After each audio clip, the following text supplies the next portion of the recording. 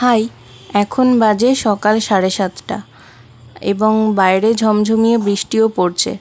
তার মধ্যে আমরা যাচ্ছি এখন ঘুরতে, কালীঘাট যাচ্ছি। আজ কৌশিকী অমাবস্যা। অমাবস্যা উপলক্ষে যে যাওয়ার প্ল্যান করা বা আগে থেকে যে ঠিক করা ছিল সেরকম কিছুই না। গতকাল রাতেও আমরা জানতাম না যে আজকে আমরা কালীঘাট যাব। মা ভোর 6:30টার সময় মানে 1 ঘন্টা আগে হঠাৎ করে বাবাকে বলছে কালীঘাটের ভোগ প্রসাদ খেতে ইচ্ছে করছে, তো বাবাও রাজি হয়ে গেল। এই যে 1 ঘন্টার মধ্যে ব্যাগ গোছানো, রেডি হওয়া সব কিছু হয়ে গেছে আমাদের। এখন শুধু বাবা ঠাকুরঘর থেকে নেমে আসলে রেডি হয়ে মানে বাবার রেডি হয়ে বেরোনোর অপেক্ষা আমাদের। তো এই যে আমার মেয়েটাও চমকে গেছে। ওকে সারাদিনের জন্য রেখে কোথাও ঘুরতে যেতেও মনটা খারাপ করে, কিন্তু আবার ঘুরতে না গেলেও ভালো লাগে না। আমার মেয়ে রোজ সকাল 8:30টায় চা খায়, আজকে ওকে 7:30টায় চা দেওয়া হচ্ছে। ও মানে ব্যাপারটাতে একটু থতমত খেয়ে গেছে আর কি। আর আমাদেরকে বাইরের পোশাক পরা দেখেছে। এই যে এখন গেটের কাছে যাবে, গেটের কাছে গিয়ে বসে থাকবে ও গেট আটকে। আমরা এখন আছি দমদমে, বাবা মেট্রো টিকিট কাটছে কালীঘাটের। আর চাকদা থেকে আসার সময় কোনো রকম ভিডিও করতে না পারারও একটা কারণ আছে। আমরা যখন বাড়ি থেকে বেরোই তখন আমরা সবাই ফোন নিতে ভুলে গিয়েছিলাম তাড়াহুড়োর চক্করে। তো স্টেশনে এসে মানে চাকদা স্টেশনে এসে আমার ফোনের কথা মনে পড়েছে হঠাৎ। তখন বাবাকে বলছি, বাবা জিভে কামড় দিচ্ছে।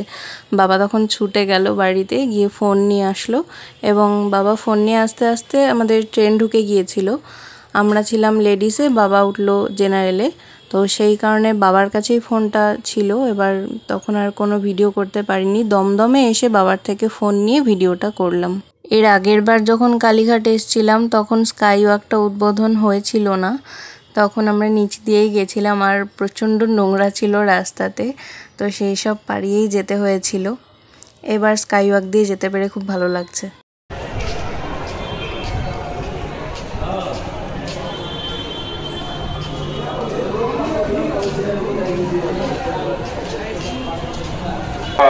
জনজোয়ারের পরিণত হয়েছে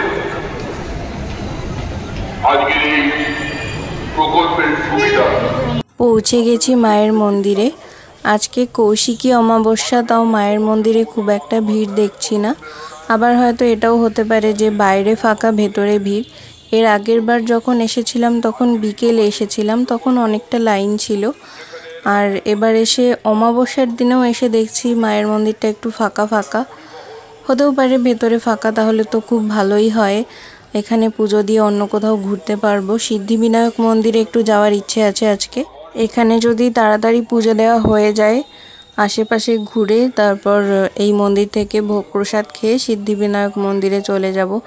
মায়ের খুব ইচ্ছে কালীঘাটের ভোগ প্রসাদ খাওয়ার। এর আগের বার যখন এসেছিল তখন সবাইকে প্রসাদ নিতে দেখেছে। মায়ের পুজোর জন্য ডালা কেনা হয়ে গেছে, এখন যাচ্ছি পুজো দিতে।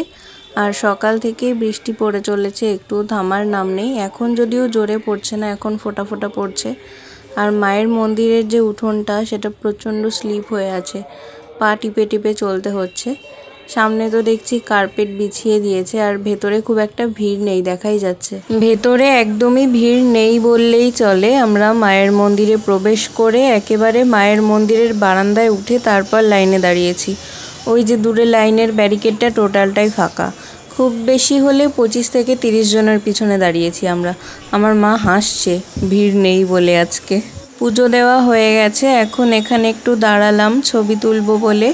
অনেকটা তাড়াতাড়ি পুজো দেওয়া হয়ে গেল। আমরা মন্দিরে পৌঁছেছি 11:45টার সময়, 11:10-এর মধ্যে পুজো কমপ্লিট।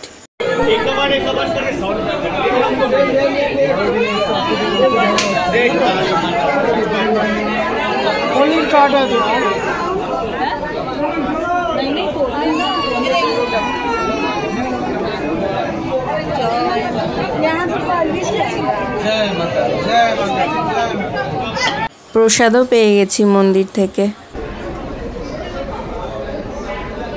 আমার মা আর বাবা শিব মন্দিরের দোরগোড়ায় বসে একটু ছবি তুলছিল।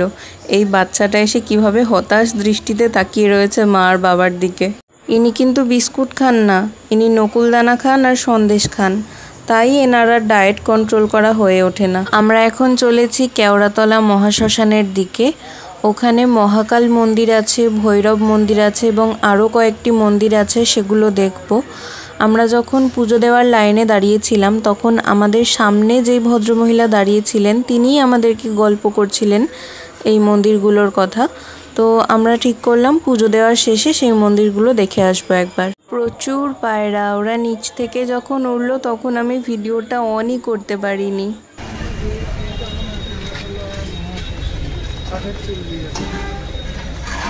শ্মশান কি এটাই দাদা?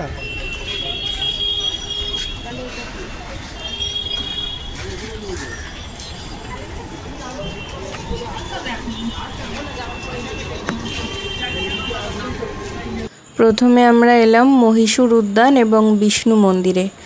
ওই যে সামনে বিষ্ণু মন্দির। শান্ত নিরিবিলি পরিবেশ একদম। আমার আশপাশ দিয়ে প্রচুর বুলবুলি পাখি ঘুরছে, একদম ছোট্ট ছোট্ট বুলবুলি পাখি লাফাচ্ছে একদম নিচ দিয়ে। খুব সুন্দর লাগছে দেখতে এবং জায়গাটাও ভীষণ শান্তির জায়গা। তখন ট্রাম ঘোড়া দিয়ে টানতো, ঘোড়ায় টানে ট্রাম।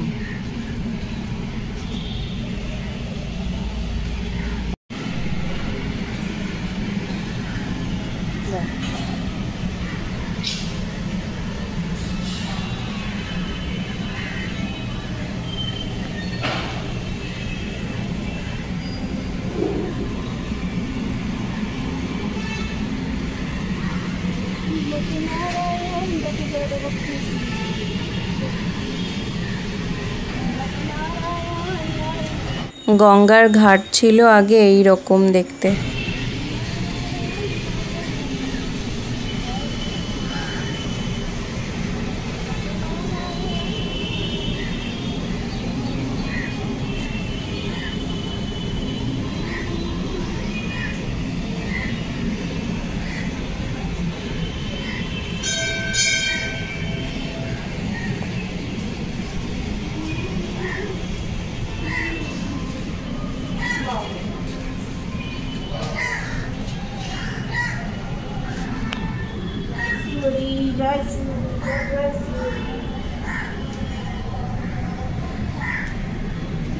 তবে এখানটা দাঁড় করিয়ে ওই যে বাইরের দিক থেকে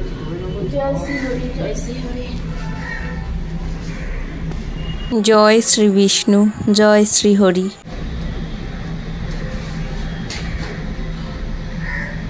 কালীঘাট আদি গঙ্গা এরকম ছিল।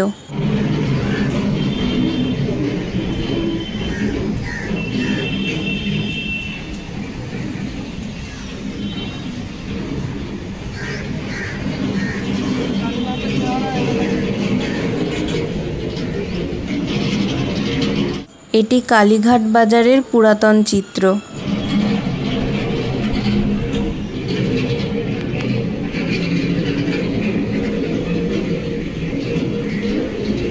কালীঘাট মন্দিরটি আগে এই রকম দেখতে ছিল। নীলকর সাহেবদের অত্যাচারের চিত্র।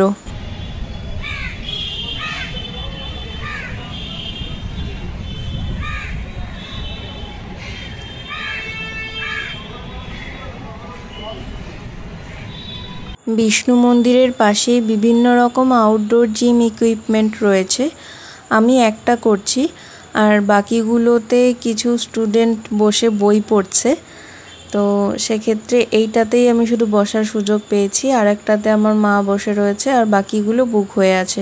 বুলবুলি পাখি স্নান করছে এখানে, অনেকক্ষণ ধরে স্নান করছিল। আমি তো এই রিসেন্ট ভিডিও অন করলাম, স্নান করা বন্ধ করে দিল বোধহয় এবার। ওই দেখুন আবার নেমেছে, একটু করে ডুব দিয়ে উঠে পড়ছে। কি সুন্দর লাগছে না দেখতে। কেওড়াতলা মহাশ্মশান। বাবা মহাকালের বাৎসরিক উৎসব আছে এখানে আজকে।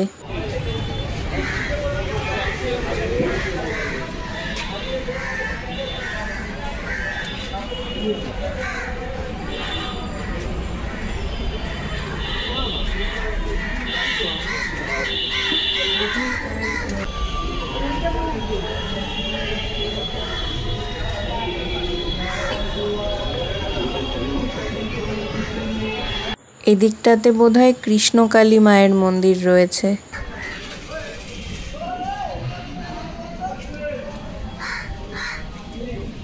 মা কৃষ্ণকালীর দর্শন পেয়ে গেলাম। কি মিষ্টি না মায়ের মুখটা। এই সেই আদি গঙ্গা। মজে যাওয়া একটি নদী। স্রোত হারিয়ে যাওয়া এই নদী মানুষের কারণে আজ অনেকটাই দূষণগ্রস্ত হয়ে পড়েছে। যদিও সংস্কার করা হয়েছে, কিন্তু তবুও দূষণ কমেনি। ওই যে দেখুন প্লাস্টিক ভাসছে। এরকম খুঁজলে আরও প্রচুর প্লাস্টিক পাওয়া যাবে, আরও বিভিন্ন ন্যাকড়া, কাপড়, অনেক কিছু পাওয়া যাবে, পচা ফুল। তো এখন যদিও জোয়ার এসেছে, জলটা টলটল করছে, কিন্তু জলে প্রচুর দূষণ। এটি তারা মায়ের মন্দির। আমার মা, বাবা, আমরা তিনজনেই আজ ভীষণ খুশি কৌশিকী অমাবস্যার দিনে তারা মায়ের দর্শন পেয়ে। আমার বাবা কথা বলছে মায়ের সাথে। ওই যে দেখুন বামদেবকে কোলে নিয়ে বসে রয়েছে মা তারা। কি সুন্দর মায়ের মূর্তিটা। মনে হচ্ছে এখানেই দাঁড়িয়ে থাকি, এখান থেকে আর নড়তে ইচ্ছা করছে না, শুধু মনে হচ্ছে মায়ের দিকে তাকিয়ে দাঁড়িয়ে থাকি। মা মনসারও দর্শন পেয়ে গেলাম। জয় মা মনসা। কেওড়াতলা মহাশ্মশানের বাবা মহাকালের মন্দির। আজ ওনার বাৎসরিক পুজো। কি সুন্দর করে সাজানো হয়েছে দেখুন মন্দিরটা।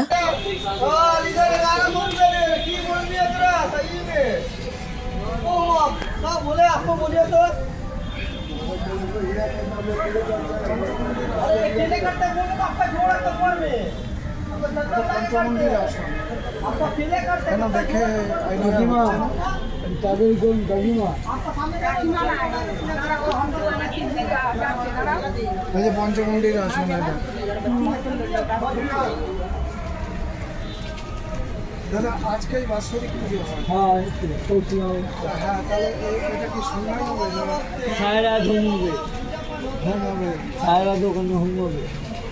ইটের কাজগুলো কি অপূর্ব দেখুন, কতটা নিখুঁতভাবে কাজগুলো করা হয়েছে।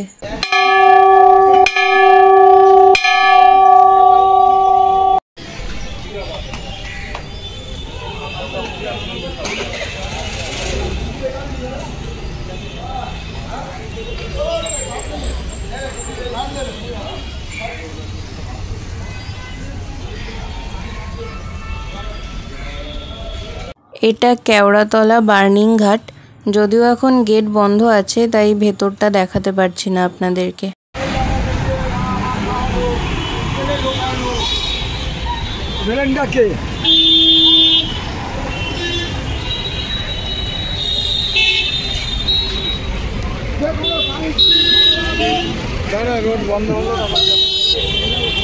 আমরা আবারও মায়ের মন্দির প্রাঙ্গণে চলে এসেছি।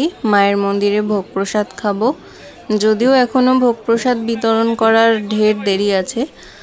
বিকেল 4টের সময় দেয় বোধহয়। কেউ বলছে 3:30-র সময়, কেউ বলছে 4টের সময়। দেখি কটার সময় দেয়। এখন বাজে দুপুর 1:45। ভোগের জন্য এখনও সেরকম কোনো লাইন চোখে পড়ছে না।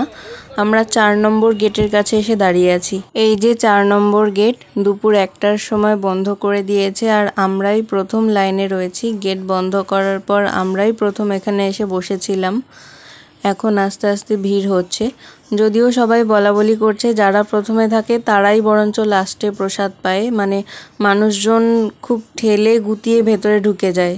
এই দেখুন কালীঘাট মন্দিরের অবস্থা, মানে একটা সিকিউরিটি সিস্টেম নেই। আমরা ফার্স্টে ছিলাম, পেছনের মানুষজন এসে আমাদেরকে ধাক্কা দিয়ে সরিয়ে তারা ঠেলে ভেতরে ঢুকে গেছে আগে।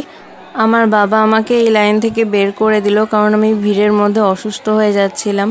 মানে রীতিমতো মারপিট করে ভোগ নিচ্ছে মানুষজন। এখানে কোনো সিকিউরিটি সিস্টেম নেই, মানে কোনো লাইনের ব্যবস্থাই নেই। যারা ফার্স্টে লাইনে দাঁড়িয়েছিল তাদেরকেই ঠেলে সরিয়ে দেওয়া হচ্ছে। এমনকি আমার চুল পর্যন্ত টানা হয়েছে। পিছনের মানুষজন আমার চুল টেনে আমাকে সরিয়ে তারা ঠেলে ঢুকে গেছে ভেতরে। তো এই প্রথম, এই শেষ। কালীঘাট মন্দিরে আসবো না কেন, নিশ্চয়ই আসবো, কিন্তু এরপরে এসে আর ভোগ প্রসাদ খাবো না। সত্যি কথা বলতে এরকম ব্যাপার আমি আর অন্য কোথাও দেখিনি। এরকম একটা বাজে পরিস্থিতির মধ্যে থেকে যে একটু ভোগ প্রসাদ পেয়েছি, এটাই অনেক। কৌশিকী অমাবস্যার দিন সতীপীঠে এসে মায়ের ভোগ প্রসাদ খাচ্ছি, অন্নভোগ প্রসাদ। এটাই আমাদের কাছে অনেক বড় পাওয়া। মায়ের ভোগ প্রসাদ খাওয়ার শেষে এখন আমরা চলেছি সিদ্ধিবিনায়ক মন্দিরের উদ্দেশ্যে। তো এই ব্লগটা এইটুকুই রাখছি, আর সিদ্ধিবিনায়ক মন্দিরের ব্লগটা দেবো আরেকটা পার্টে। Good bye.